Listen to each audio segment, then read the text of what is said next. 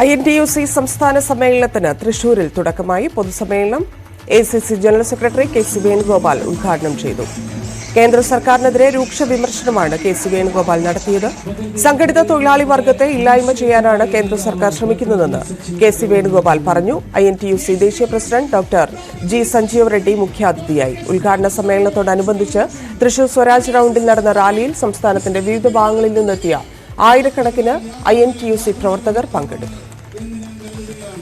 കേന്ദ്ര സർക്കാരിന്റെ ഒരേ ഒരു ലക്ഷ്യം ഞാൻ നേരത്തെ പറഞ്ഞു, സംഘടിത തൊഴിലാളി വർഗത്തിന്റെ അവകാശങ്ങളെ ഇല്ലായ്മ ചെയ്ത് ആ തൊഴിലാളികളെ അടിമ തൊഴിലാളികളാക്കി അദാനിയുടെ തൊഴിലാളികളാക്കി മാറ്റാനുള്ള വലിയ പ്രക്രിയയാണ് ഈ രാജ്യം നടന്നുകൊണ്ടിരിക്കുന്നത്. ചോദ്യം ചെയ്യാൻ പറ്റില്ല, സമരം ചെയ്യാൻ പറ്റില്ല, അവകാശങ്ങൾക്ക് വേണ്ടി പോരാടാൻ പറ്റില്ല.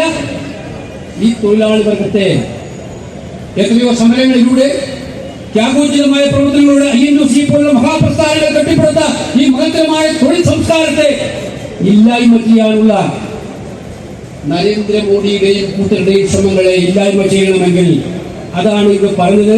2024 ഏപ്രിൽ മെയ് മാസം വരുന്ന അവസരം ഉപയോഗിക്കാൻ ഇന്ത്യൻ ജനതയെ പ്രേരിപ്പിക്കുക എന്നുള്ള ഒറ്റ കാര്യമാണ് തൊഴിലാളി വർഗത്തിന് മുന്നിലുള്ളത് എന്ന് സൂചിപ്പിക്കാൻ ഞാൻ ആഗ്രഹിക്കുകയാണ്.